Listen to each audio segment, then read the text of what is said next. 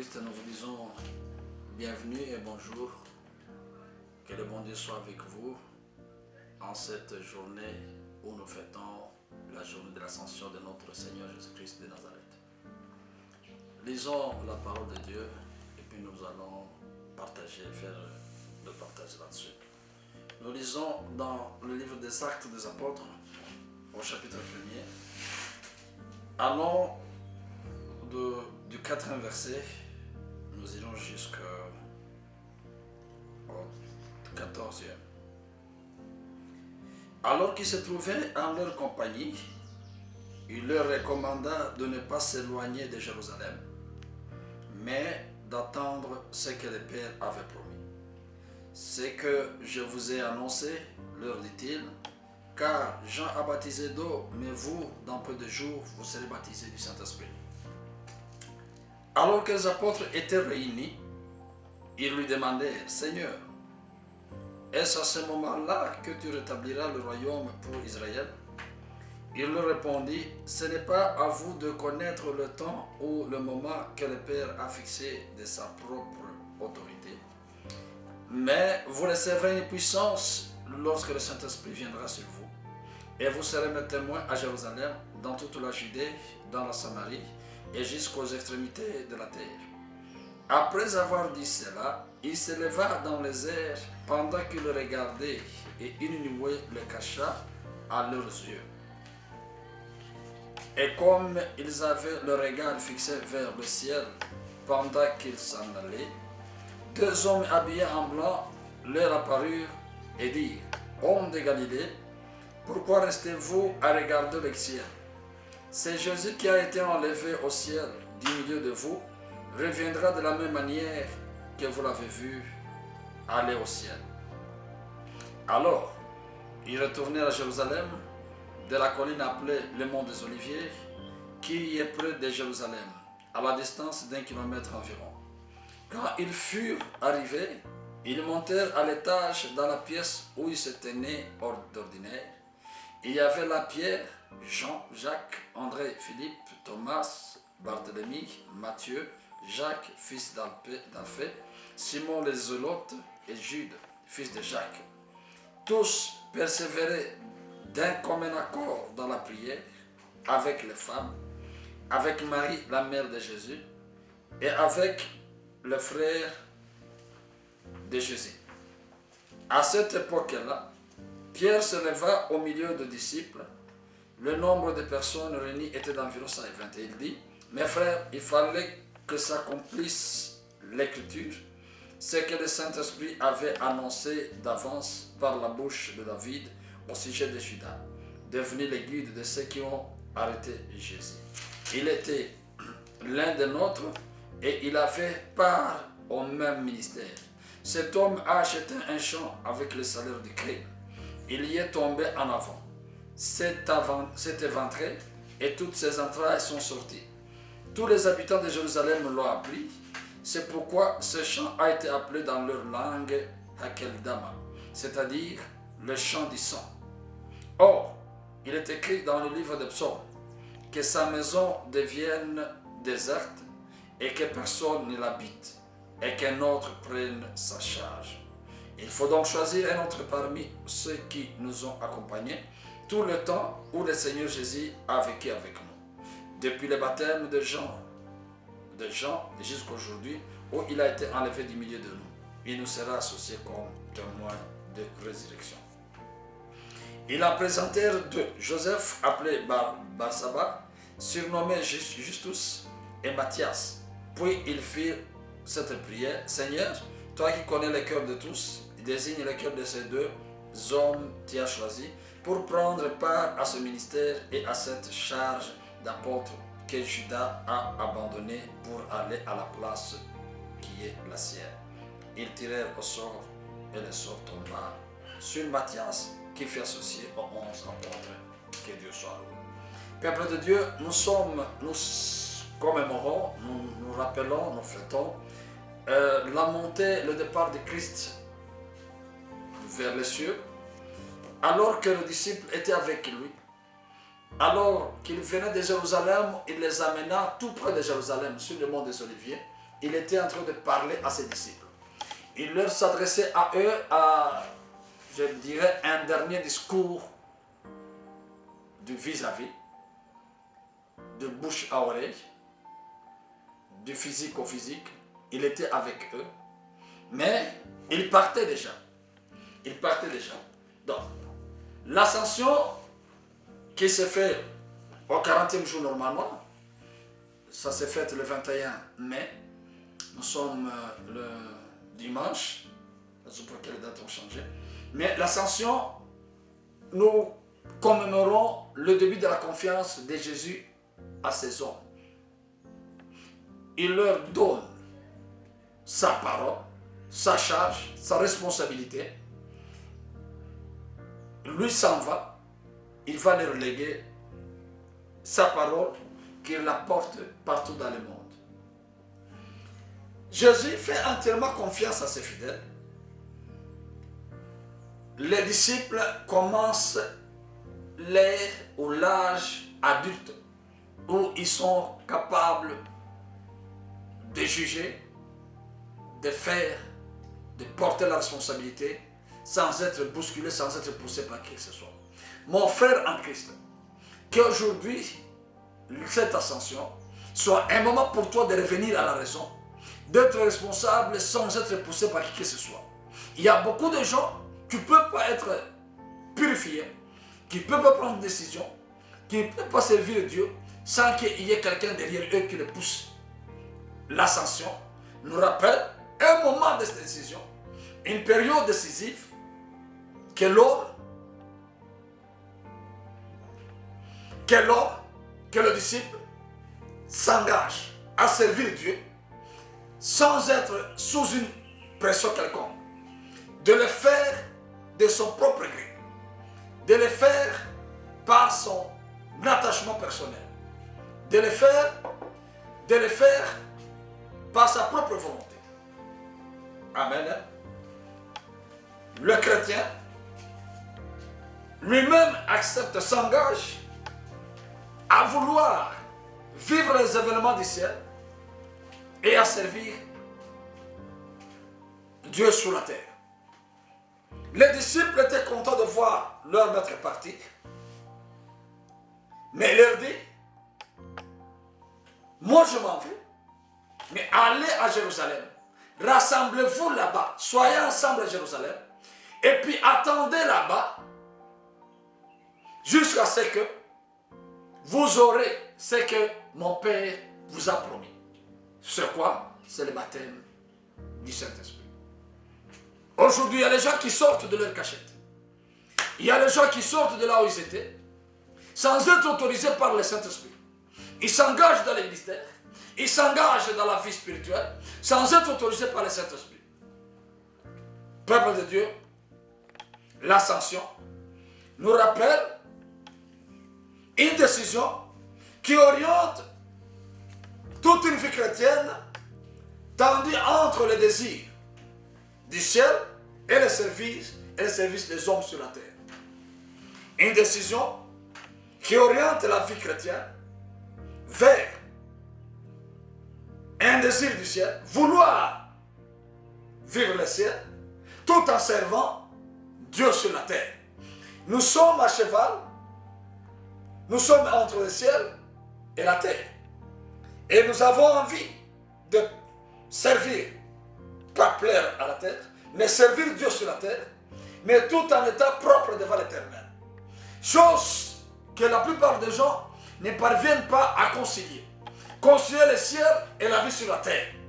Nous devons travailler tout en plaisant le ciel. Nous devons servir Dieu sur la terre tout en étant bien coté dans le ciel. Nous devons prêcher sur la terre tout en étant agréable dans les yeux de Dieu dans le ciel. Nous devons plaire Dieu dans le ciel. Notre Seigneur qui nous a sauvés, notre Seigneur qui nous a donné ce noble travail, il doit se plaire. Il doit dire, oui, j'ai eu des enfants, j'ai des disciples qui ont été enseignés et qui ont accepté de souffrir avec moi. Et sur la terre, ils subissent les conséquences, ils souffrent sur la terre, mais ils me plaisent dans le ciel. Que ton nom soit inscrit dans le livre des cieux, et que ton nom, ta personne, plaise à notre Seigneur, et que le monde sache que tu es là au service de Dieu sur la terre. Alléluia. C'est ça l'ascension.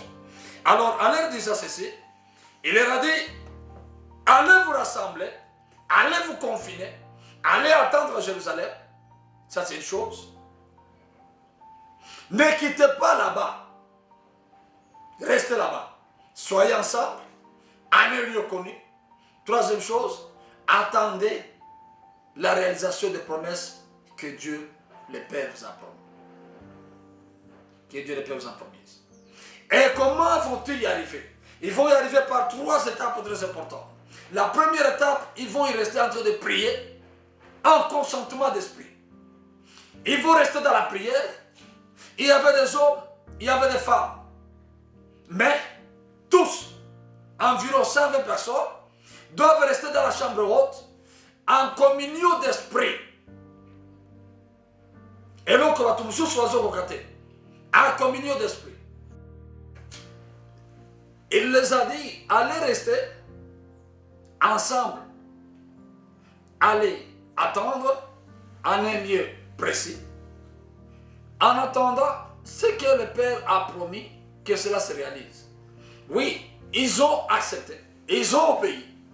Mais ils ne sont pas allés rester inactifs, inertes là-bas. Mais ils sont allés rester là-bas en train de prier. Ça, c'est une chose. Deuxième chose, chercher la directive divine. Troisième chose, en train de s'organiser. Le titre de cet enseignement se trouve dans Acte 1, verset 11. Tel qu'il est parti, tel qu'il reviendra. Comme il est parti, c'est comme ça qu'il reviendra. Peuple de Dieu, ne soyez pas distraits en regardant le ciel sans faire quelque chose. Raison pour laquelle 2 anges sont survenus et ont apparu aux disciples. Ils les ont dit, pourquoi restez-vous en train de contempler le ciel? Vous avez encore à faire. Allez faire. Et rappelez-vous qu'une promesse vous a été donnée, que vous serez le témoin, vous allez propager l'évangile, mais quand le Saint-Esprit surviendra sur vous, c'est alors que vous serez mes témoins. C'est alors que vous sortirez, c'est alors que vous allez parler, quand j'aurai déversé de mon esprit sur vous. Alléluia. Peuple de Dieu, dans 1 Corinthiens, chapitre 6, verset 17, qu'est-ce que la Bible me dit? Que celui qui s'unit au Seigneur est un seul esprit avec lui. Celui qui s'unit à Jésus devient un même esprit avec lui. Or, Jésus était un homme, c'est le nom d'homme, bien qu'inspiré par l'ange, mais le nom lui a été donné par Joseph et Marie. Mais il est Christ à partir de l'onction. Christ, c'est lui qui est roi. Il est Jésus et il est aussi le roi de Dieu, ou bien le fils de Dieu, ou bien Dieu. Il est 100% homme, 100% Dieu. Alors, celui qui s'unit à Christ, non, celui qui s'unit à Jésus, homme, s'unit automatiquement à son esprit. Raison pour laquelle, quand on s'unit à Jésus, automatiquement, on a le même esprit que lui, on a la même onction que lui, et on fera de même que lui. Raison pour laquelle, l'ombre de Pierre guérissait les malades. Raison pour laquelle le mouchoir que Paul possédait guérissait les malades. Même les gens qui touchaient aux tuniques de Paul guérissaient de leur maladie. Parce que Jésus, celui qui s'unit à Jésus, il s'unit à son esprit. Rappelez-vous que la tunique de Jésus a guéri la femme qui avait la perte de sang pendant 12 ans. Même Paul, quand il passait, les gens touchaient aussi à sa tunique et ils trouvaient la guérison. Mais, même pour toi, toi qui s'unis à Christ, toi qui attends Christ, toi qui pries dans le même esprit que Christ, toi qui as reçu la parole, toi qui as reçu l'identité nouvelle, toi qui veux près le ciel, et toi qui es au service de Dieu sur la terre, il va te donner la puissance. Et cette puissance va t'aider à vaincre la terre, va t'aider à faire des miracles, va t'aider à guérir les malades, va t'aider à chasser les démons, va t'aider à prophétiser, va t'aider. Et les dons du Saint-Esprit comme ils sont en neuf, ils vont être en toi parce que le Saint-Esprit est en toi. Jésus t'a légué le pouvoir, la puissance du Saint-Esprit. Reçois-le au nom de Jésus. Cela va te permettre de marcher et de vaincre sur la terre. Quand on est en communion avec l'Esprit de Dieu, même si Jésus n'était pas là, ses disciples étaient restés avec son esprit, l'Esprit de Dieu, et l'Esprit était en eux. Ils étaient avec l'Esprit, et l'Esprit était en eux. Et quand l'Esprit de Dieu est en toi, et avec toi, il te réconforte. Même dans les problèmes, l'Esprit de Dieu te réconforte. Il te guide, il te montre le chemin à suivre, il t'enseigne sa vérité, il te rappelle la parole de Dieu, il t'inspire, il te remplit de puissance. Peuple de Dieu, Jésus ne nous a pas laissés comme orphelins, comme impuissants, comme inactifs, comme inertes. Mais le problème est que nous ne voulons pas faire les trois choses. Nous ne voulons pas prier en communion avec nos frères. Nous ne voulons pas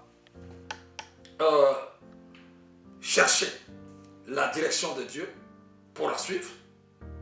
Nous nous rendons des hyper-héros. Nous nous levons le matin, nous planifions nos histoires et nous nous engageons. Et là, ça va croiser les embuscades. Mais si nous faisons quelque chose sous la direction de Dieu, sous la direction divine, elle va réussir. Troisième chose, nous devons être organisés. Les disciples sont allés dans la chambre haute, attendant que dans 10 jours, le Saint-Esprit va descendre. Ils ne sont pas allés s'asseoir, ils sont allés prier avec courage parce qu'ils avaient été bénis par la parole que Jésus leur avait adressée. Ça, c'est une chose. Mais tout en priant, tout en cherchant la direction divine, ils se sont organisés. Pierre leur a dit, mes chers frères, nous étions à 12, maintenant nous sommes à 11. Il y a un qui avait trahi Jésus. Il y a un qui marchait avec nous. Il y a un qui avait suivi tout le parcours du ministère. Mais en fin de compte, il a mal fini. Parce que ses entrailles se sont déversées par terre. L'Ibumnayo est pas Pasukaki. Il est tombé par terre, il s'est trouvé déchiré. Alors, nous ne pouvons pas sortir de cet endroit. Pourtant, Jésus nous a donné une mission à 12. Nous devons nous organiser et sortir comme il nous a élus, il nous a appelés. Ils sont allés chercher Matthias, ils l'ont remplacé, ils ont remplacé Judas Iscariote par Matthias, et c'est alors que l'organisation était complète. Peuple de Dieu, il y a quelque chose qui doit sortir de vous. Il y a Judas qui doit sortir de toi, de ton organisation. Tu dois le remplacer par Matthias. Matthias, il a été convaincu après avoir demandé au Saint-Esprit de leur inspirer parce qu'il y avait un choix à faire.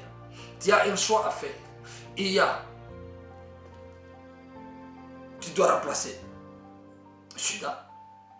Tu dois voter Matthias qui viendra le remplacer. Amen. Ce qui nous embrouille, deux fois nous prions seuls, sans être avec les autres. Deux fois, nous prions sans chercher la direction divine et nous ne sommes pas organisés.